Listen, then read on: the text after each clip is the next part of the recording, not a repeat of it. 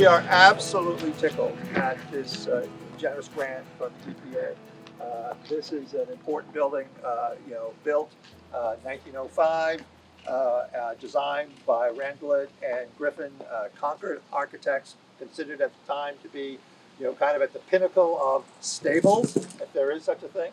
But used for 45 years until we actually stopped using horses for the Department of Public Works in 1950, believe it or not.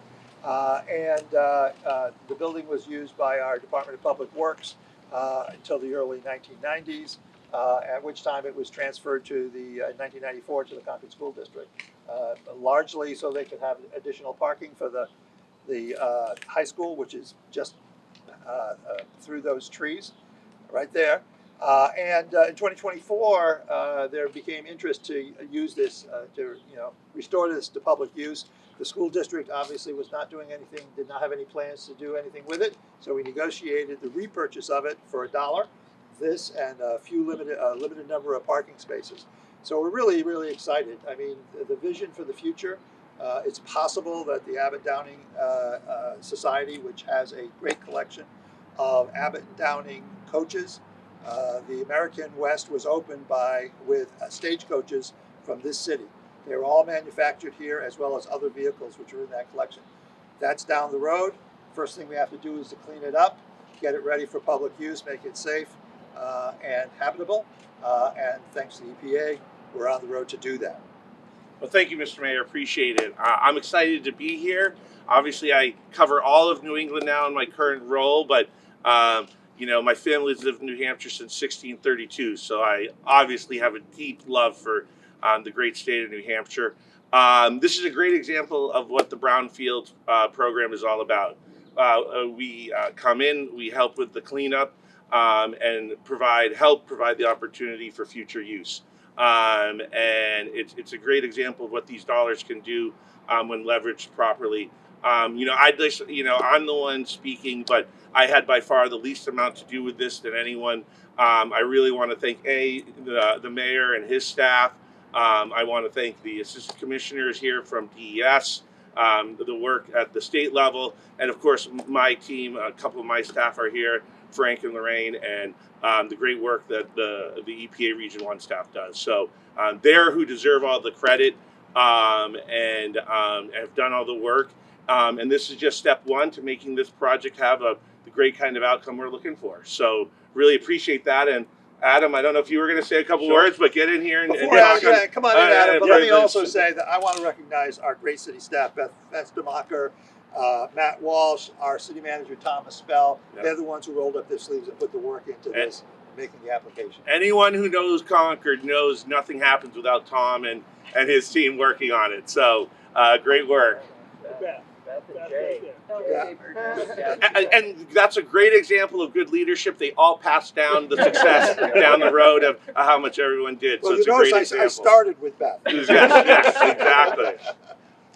Well, I just want to thank, our staff at the Department of Environmental Services. They do a great job, especially in our waste management division. These projects always start with a vision, right?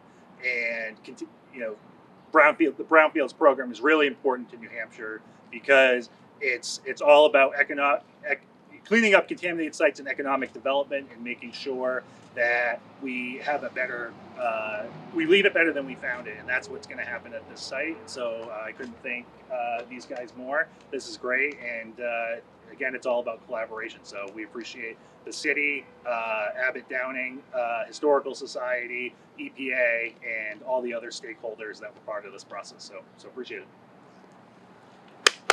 Yeah, and I think I think a couple of the congressional folks are gonna mention something from the our congressional delegation. Thanks, Mark. I'm Elizabeth with Senator Shaheen's office. She wishes she agreed with you. She's in Washington today, unfortunately, not out here on this lovely day. But I have a letter. Dear friends, I join you in spirit as we gather to learn about the restoration project at Concord Stables, funded by a Brownfields cleanup grant. Thank you to everyone here today for your dedication to this project and for your hard work in turning the vision behind this project into an exciting reality. The EPA Brownfields program is unique in its commitment to both sustainability and economic growth. With this grant, the City of Concord will be able to redevelop Concord Stables into a productive local asset while also protecting the Granite State's treasured natural spaces. New Hampshire has received more than $72 million in Brownfield grants since the program's founding in 1994, so we understand firsthand how this program provides new life to contaminated sites in communities big and small. I commend the City of Concord for drawing up a successful application and for your commitment to preserving history, cleaning up the environment, and engaging the community on a project that will provide local benefits for years to come. I wish you all the best throughout this project and in all of your future endeavors. Sincerely, United States Senator Gene Shaheen. Thank you. Hi everyone, I'm Erin with Senator Hassan's office. Senator is also in Washington today, so I have a few words to share on her behalf. Dear friends, I'm sorry that I can't be with you today, but I join you in celebrating Concord's Brownfields cleanup grant from the EPA. Granite Staters take great pride in our history. Thanks to the City of Concord and the EPA, the former Concord Stables will become a museum where the community can learn more about our history and allow it and the responsible cleanup process to inform our future. Thank you to everyone who made today's event possible. I look forward to continuing to work together to build a cleaner, healthier, and safer New Hampshire, where all of our citizens can continue to grow and thrive. With every good wish, Margaret Wood Hassan, United States Senator. And since you mentioned all the other staff, even though I don't work at DS any longer, I want to say thanks to Mindy, who is the Brownfields program staffer. So thank you very much. A little more about the project, from the city's perspective, what you guys are looking to do here.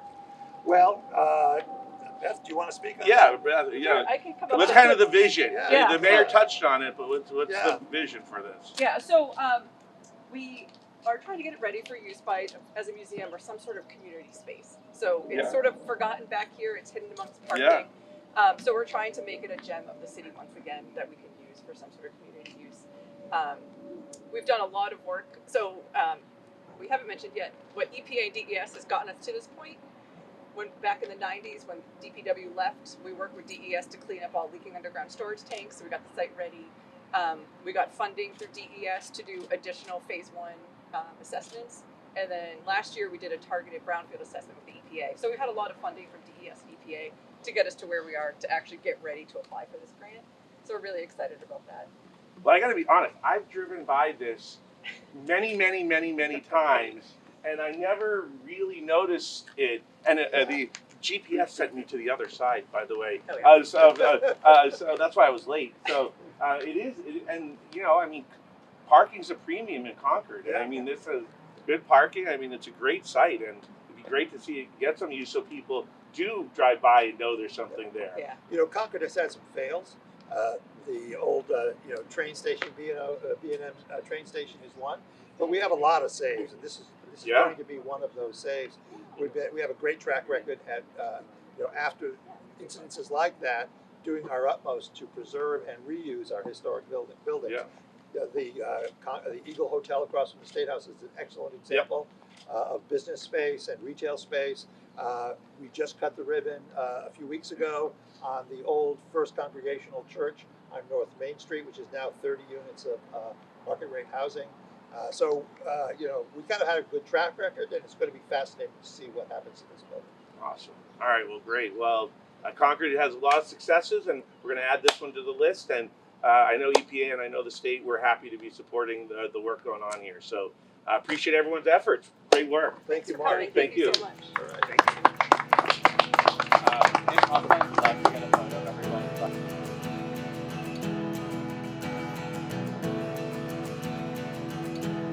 This honestly could be turned into something really cool to visit. Mm-hmm. You can see the shell here.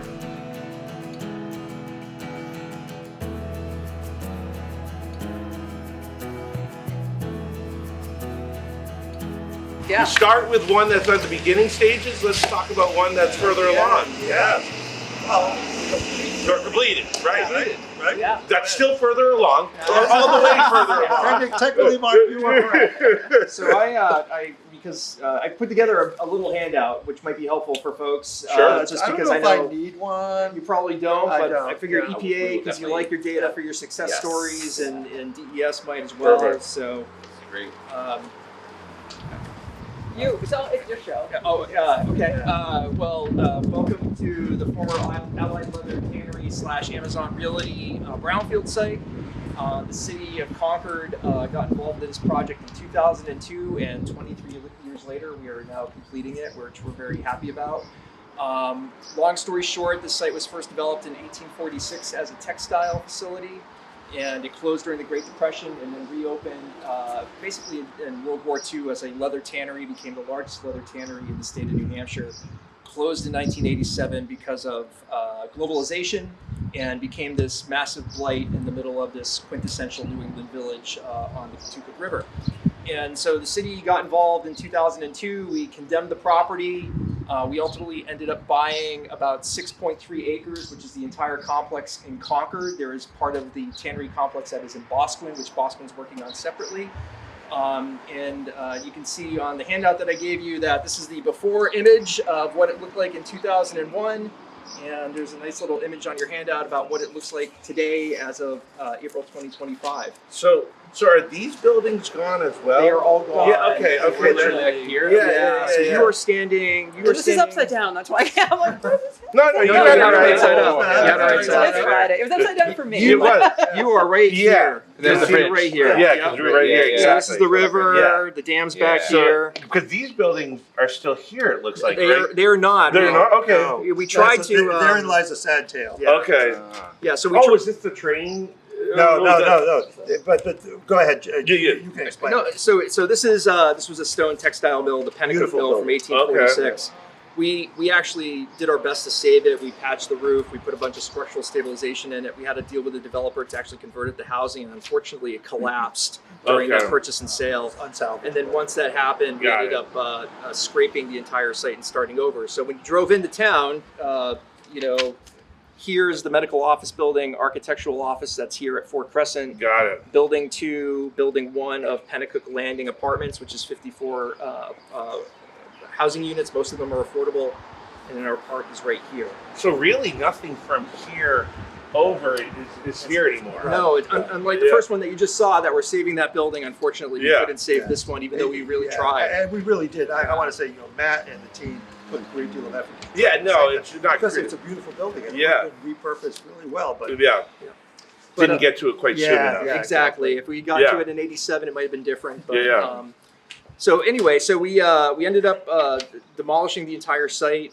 We partnered with a developer from Vermont to do a 16,000 square foot office building at Fort Crescent Street, which is a medical office building, Pennacook Family Physicians, Concord Hospital, and an architectural building, architectural firm, excuse me.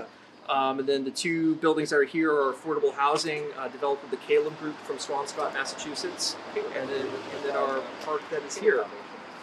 Was this whole thing part of the tannery? Was every part of it, or the tannery line is from here back, and then Amazon Realty is from here towards Village Street, which is that way. But all of these buildings were part of the tannery. They were. Yeah. So they must have just kept expanding. It looks like because they're obviously were built at different times. They did. Yeah. I bet you that this building was actually like a textile or some other building. Because that's the classic. Power and, they started with this. This building looked like it was probably at least a piece of it, and then they just kept building around it. It looks like one of the complications here was when this was textile, there was an entire canal system that was on this site. That being good old Yankees, Canal Street, they filled it with whatever they had. Right. But we ended up, we got involved here. So at the end of the day, of the 6.3 acres, we sold off about 4.5, 4.6 of it. We kept this for 1.75 acres for the park and the parking lot. We were able to create just under $6 million of new assessed value for the community for the site that was worth nothing, which generates $187,000 a year in property tax revenue for the city, the Merrimack Valley School District, the state, and the county, which is great. Our net investment in this 6.3 acres was $8.2 million, which includes this park, which is about a $3.2 million park. 52% of that was city money, and the rest of it was from other sources. Okay. The EPA, which is what you want to hear about. So the EPA supported us with $1,325,000 in different funding sources. So where the 2 apartment buildings are here, there was $600,000 of EPA money that went into that site to get that building done. The office building on the far side, there's $400,000 of ARPA EPA money that went into that. Okay. And then basically from the pavilion towards that purple apartment building there was $325,000 of Brownfields revolving loan fund money that came from the Capital Regional Development Council. Yeah, sure. Okay. So by leveraging those dollars, which are all EPA dollars, through multiple partners, EPA Direct, the state, and then Capital Regional Development Council, we were able to get this done. Super challenging project, super rewarding for all of us. Couldn't have done it without the EPA, and DES has helped too along the way. Mike McCluskey and others lived up here for a long time with all of us trying to figure out how to do this, but it's a wonderful project. Site had issues with leather buried here, solid waste buried here, chromium, PCBs, petroleum, all the normal issues. Lead and asbestos. Bad stuff. And some of it is here actually capped underneath the park. That knoll right there is serving as a soil cap for some of that material. Yeah, no, that makes sense. Okay, yeah. I was, whenever I'm learning when you go to these projects and you see something like that. Yes, the greenfield part of it is nice. It often also means you really can't build anything on it directly. Exactly. So it's a good way to get some green space on something you can't do anything else with. Exactly. Sometimes stuff like this is a cap too. Yeah. So Paved surface and a cap sometimes. it was. So the canal used to come underneath the parking lot here. The parking lot helps cap that, as does the pavilion foundation. So Well, it's funny from the overhead shot. You guys, yes, they're modern, but it kept kind of the feel of the old buildings. I don't know if the architect and designers intended that, but it kind of has the feel of what used to be here. it's a great observation, and it was 100% deliberate that we tried to replace and mimic the size of the old. Here, you look at the front of the larger building; it's got a tower on it that mimics the mill tower. Yeah. So we were trying to recreate that architecture that we couldn't sadly preserve.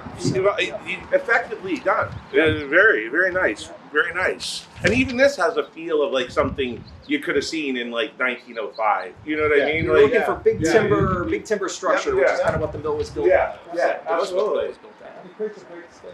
Yeah. And it's these are lights. Yeah. But all those walls are built out of salvaged material from the mill building. Okay, that's good. Yeah. Granite. Anywhere you see granite, it's salvaged from the old building. Yeah. Okay. So it's almost like a park of the a walk of the old. Yeah. Exactly. Honoring what used to be here. Yep. And the pump equipment, pump Yeah. water. We took that out of the pump house and made a little sculpture kids can climb on. Good. Awesome. That's cool. Wow, what a very well designed, and it's very comfortable to walk. Yeah. Again, I've driven by this, and obviously saw it, but it's great to know the history of it. That's great. So good. I'm glad we came down here. We're glad you made it. It's it's got 550 feet on the Kentucky River. Really connects people back to the water.